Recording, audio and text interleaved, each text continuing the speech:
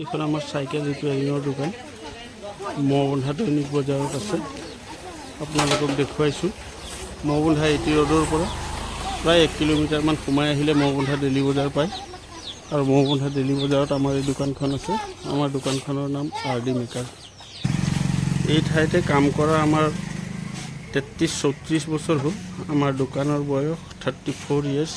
34 বছৰ হ'ল আমাৰ দোকানৰ বয়স। আমাৰ দোকানখন চাইকেল ৰিপেয়াৰিঙৰ দোকান আছিল। আমাৰ দোকানত সকলো ধৰণৰ গেছৰ চৌকা ৰিপেয়াৰিং কৰা হয়। গেছৰ চৌকা, প্ৰেছাৰ কুকাৰ, কাৰেণ্ট ইস্ত্ৰি আদি। আমাৰ দোকানত বেটেৰীও ৰিপেয়াৰিং কৰোঁ, বেটেৰী চাৰ্জো কৰোঁ। এই ঠাইতে কাম কৰি কৰি এই ষ্টুডেণ্টসকলৰ অসুবিধাবোৰ পৰিলক্ষিত হ'ল আমাৰ। আৰু সেই অসুবিধাৰ ভিতৰতে এটা অসুবিধা আছিল তেওঁলোকৰ যাতায়াতৰ অসুবিধা। চাইকেল এখনৰ কাৰণে তেওঁলোকে টিউশ্যন কৰিব নোৱাৰে। কেতিয়াবা ৰিজাল্ট বেয়া হয়, সুধোঁ, তেওঁলোকে ক'লে চাইকেল এখন থকা হ'লে আমাৰ টিউশ্যন কৰিব পাৰিলোঁহেঁতেন, স্কুললৈ যোৱাটো অসুবিধা হয়। তেনেকুৱা মতবোৰ প্ৰকাশ কৰে। আমি কথাবোৰ পাতোঁ ষ্টুডেণ্টৰ লগত। গতিকে যোৱা 2023 চনৰ পৰা আমি এটা চেষ্টা কৰিলোঁ। সেই চেষ্টাৰ পিছত আমাৰ ভবা কথাটো আমি সম্ভৱ কৰিব পাৰিলোঁ। এই চেষ্টাটো মোৰ সম্পূৰ্ণ ব্যক্তিগত চেষ্টা আছিল। এইটো চেষ্টা ক'ব নোৱাৰি, প্ৰচেষ্টা ক'ব পাৰি। আমি নতুন চাইকেল আনিলোঁ 2023 চনৰ পৰা। আৰু চাইকেলবোৰ আমি ষ্টুডেণ্টৰ বাবে বজাৰৰ মূল্যতকৈ কম মূল্যত আমি দিবলৈ সক্ষম হৈছোঁ। বৰ্তমানেও আমি বজাৰৰ যিটো মূল্য তাতকৈ প্ৰায় 50% কমাই আমি চাইকেলবোৰ দিব পাৰিছোঁ। কাৰণ আমি চাইকেলবোৰ নিজে আনো, নিজেই ফিটিং কৰোঁ। এই কামটো আমি কৰিবলৈ ল'লোঁ আমাৰ স্থানীয় ষ্টুডেণ্টৰ যিখিনি অসুবিধা সেইখিনি পৰিলক্ষিত কৰি। কিন্তু যিসকলে মোৰ এই কাৰ্যক ভাল বুলি ভাবিলে, তেওঁলোকে ছাপোৰ্ট কৰিলে আৰু তেওঁলোকে নিজৰ মোবাইলৰ যোগেদি ছ'চিয়েল মিডিয়াত প্ৰচাৰ কৰিলে।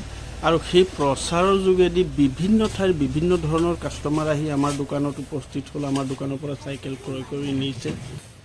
এই ভিডিঅ'টো কৰি থাকোঁতে আমাৰ দোকানত কাষ্টমাৰ এজনো আহি পালে। কাষ্টমাৰজনে চাইকেল চাই আছে, তেখেতক অকণমান সুধিয়ে দিওঁ। ভাইয়া তুই টাউন চাউন নাই যাই করে আমাদের দোকান আইলি সাইকেল লিটার মানে কথা হলো যে এটা শুনে পাইলে তোর এটা মানে অলপ কমতি রেট পোৱা যায় বলে মানে আৰু আসলি জোড়া যোৱাতকৈ জোড়াতে জনটা পইচা দিয়া যাবে এঠাই দিয়া তাই ঠিক আছে। এয়া ল'ৰাক লৈ আহিছে আমাৰ দোকানলৈ। গতিকে আপোনালোকৰ জ্ঞাতাৰ্থে আমি এই ভিডিঅ'টো প্ৰেৰণ কৰিছোঁ। যদি সম্ভৱ হয় আমি ইয়াত আমাৰ দোকানলৈ অহা কাষ্টমাৰে কিনোতে যি মত প্ৰকাশ কৰিছে তেনেকুৱা ভিডিঅ' 2-এটামান আমি ইয়াত প্লাছ কৰি দিম। আপোনালোকে চাব।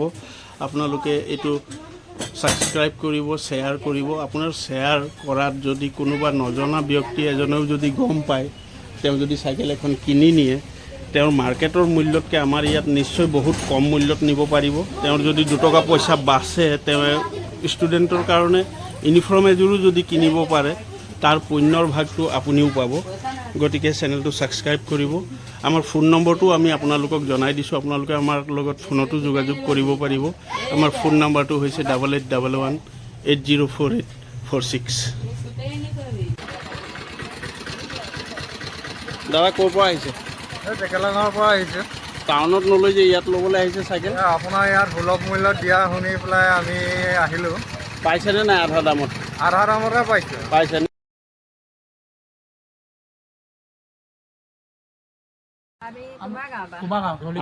আমাৰ কুমাৰগাঁৱৰ পৰা আহিছে। দাদা যিকোনো টাউনতকৈ কম দামত বা আধা দামত পাইছেনে নাই? আধা দামত পাইছে। আপুনি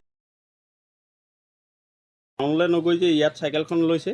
টাউনলৈ মানে আপোনাৰ ইয়াত অফাৰ পাইছোঁ যে, হয়, আধা দামত পাইছোঁ। টাউনতকৈ আধা দামত পাইছে ইয়াত? হয়।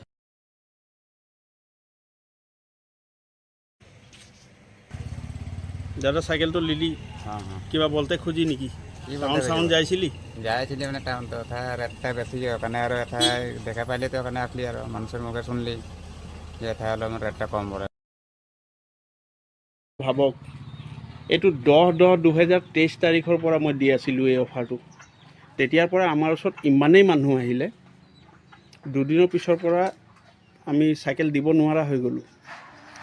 মানুহকেইজন যেতিয়া আহে, আমি দেখিলে গম পাওঁ যে এওঁলোক প্ৰকৃততে দৰিদ্ৰ সীমাৰেখাৰ তলৰ নহয়। তথাপিও মোৰ ওচৰলৈ আহে যেতিয়া, মই তেনেভাৱে ভাবি পেলাই আৰু চাইকেলবোৰ দি দিওঁ। কিন্তু আমাৰ লেখীয়া দুখীয়া মানুহবোৰে পইচা গোটাওঁতে এই আজি গোট খাইছেগৈ চাগে, তাকো ছাগলী বিকিছে। তো তাকে ভাবক, এই আধা দামত দিয়াৰ পিছতো তেখেতে চাইকেলখন কিনিবলৈ কিমান দিগদাৰ পাইছে। আৰু এইখন চাইকেলেই যেতিয়া যিকোনো টাউনত কিনিবলৈ যায়, ইয়াৰ ডাবল দাম এটা ভৰি পেলাই কিনিবলৈ তেতিয়া এনেকুৱা ব্যক্তিকেইজনে কেনেকৈ কিনিব? আপোনালোকে এই কথাটো চিন্তা কৰিব ৰাইজে। আৰু আমাৰ চাইকেলবোৰ চাওক, এনেধৰণে দিওঁ। চাইকেলবোৰ যদি বেয়া হ'লহেঁতেন দূৰ দূৰণিলৈ চাইকেলবোৰ নিনিয়ে। আপোনালোকেও পাইছে, যিকোনো কাম এটা মানে চবৰ কাৰণে ভাল নহয়, কিছুমানে ভালো পাব পাৰে, কিছুমানে বেয়াও পাব পাৰে। কিছুমানে প্ৰশ্ন উত্থাপন কৰিছে যে ইমান কম দামত কেনেকৈ দিছে, সুধিছেতো, হয়তো চাইকেলবোৰ কিজানি